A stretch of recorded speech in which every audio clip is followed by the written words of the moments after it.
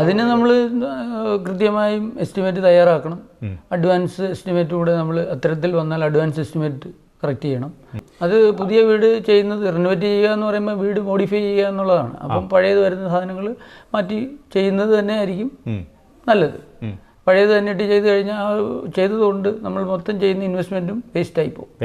അപ്പോൾ അങ്ങനെ വേസ്റ്റാകാതിരിക്കുന്നതിനാണ് നമ്മൾ പുതിയ കേടായ എന്ന് വെച്ചാൽ അധിക കാലം ഇനി ഇല്ലാത്ത ഉപകരണങ്ങൾ അല്ലെങ്കിൽ ഫർണിച്ചറുകൾ മറ്റും നമ്മൾ മാറ്റുന്നത്.